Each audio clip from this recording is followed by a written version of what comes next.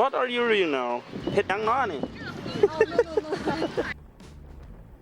สบายดีสุมุเจ้ามื้อนี้เฮาสิพามาลุก around the exhibition digital cultural ยังซี driver เด้อพี่น้องเด้อ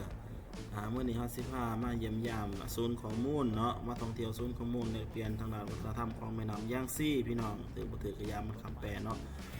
มาเบิ่งลุก around the ดอกไม้นี่พี่น้องลุก around the ดอกไม้ flower นี่งามขนาด so beautiful อีหลีพี่น้องการจัดสรร system ของเขานี่ถือว่า is good พี่น้องถือว่าคักหลายเนาะ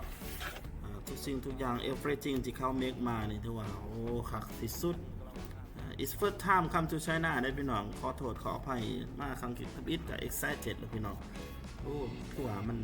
อลังการงานสร้างเนาะเอิ้นว่าสร้างจากความงามสร้างจากน้ำมือมนุษย์เนาะ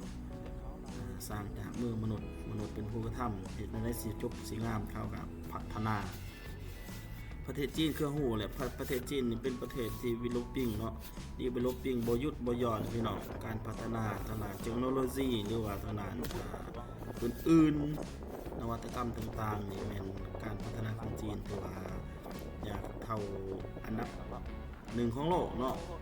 ก็ว่าได้นะพี่น้องประมาณนี้เอามาเบิ่งในสิ่งที่ excited ที่สุดก็คือว่าทั้งด้านจัดสรรธรรมศาสตร์เขานี่ครับพี่น้องจะมีโซนธรรมศาสตร์โซนป่าไม้พี่น้องก็จะจัดสรร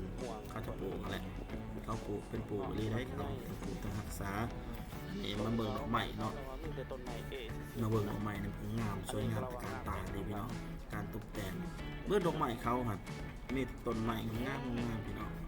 บ่มีต้นไม้กินหมากเลยพี่น้องบ่มีต้นมีต้นม่วงต้นเนี้ยต่างๆคือบ้านเฮาบ่ค่อยมีมันมีแต่ต้นไม้ประดับเกย่องเนาะเขาจะแบ่งเป็นโซนเป็นเขตเนาะพี่น้องนี่เฮาเบิ่งกันเด้อความงามso beautiful ขนาดพี่น้องว่าแล้วอีก excited ขนาด it's first time come to China มันเป็นครั้งทำอิฐที่เฮาออกประเทศนอกนะการบริการของเขานี่คือรถถีบนี่เนาะเอารถถีบรถหมอหรือยังก็รถไฟฟ้าอันนี้มาจอดมาไว้จากบนหนึ่งขี่ไปกับวางไว้อีกขี่จากบนหนึ่งอีกเสาจากบนหนึ่งกับไปขี่บนหนึ่งเลยนะพี่น้องถือว่าการระบบการจัดการระบบซิสเต็มเขาถือว่าคักพี่น้องสวยงามแต่การตาพี่น้องอลังการงานสร้างอันนี้โอ้คักหากพี่น้องมีโอกาสเนาะอยากมาลุกอยากมาทัวริสต์หรือว่ามาวิสิตยาสวยนาก็มาได้เด้อผู้ที่มีเงินมีค่ำพี่น้องเชิญชวนให้พี่น้องมาเที่ยวมาส้มนะพี่น้องเนาะบอนที่บอนใดที่สวยสดงดงามบอนที่ว่าหลายคนไปเนาะว่ามันจะสวยงามขนาดไหนแนวใดตัวบอกว่าสันตกแต่งภาพบอกว่ากันไปเนาะพี่น้องครับนี่เป็นเรียลชั่นอันนี้เป็นเรียลวิดีโอแคมราเรคคอร์ดิ้งนะพี่น้องเนาะเอาบันทึกสดเนาะบริตกแต่งภาพอย่างต่างๆเบิ่งไปเบิ่งมาเนี่ยโอ้ beautiful อีหลีพี่น้องคักเป็นครั้งแรกที่ได้มาจีนก็เลยว่ามันอยาก excited หน่อยนึงเนาะมันก็ตื่นเต้น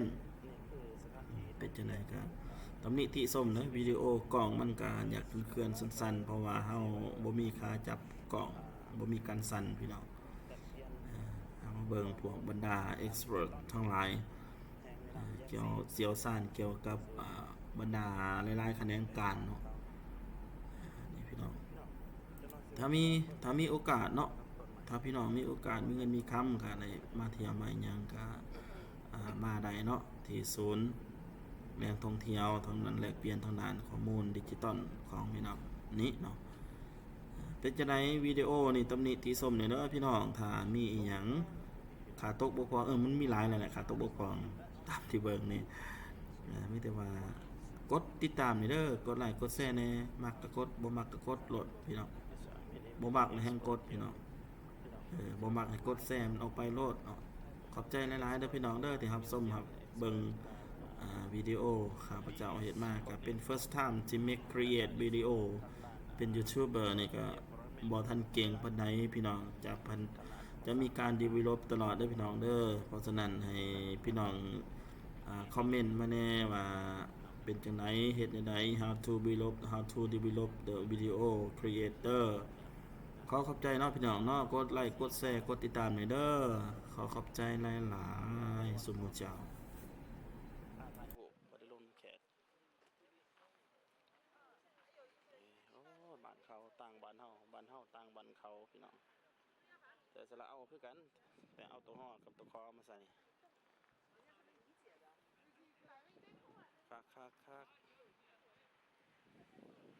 มื้อหน้ามาใหม่อีกเด้อมื้อหน้าเชิญ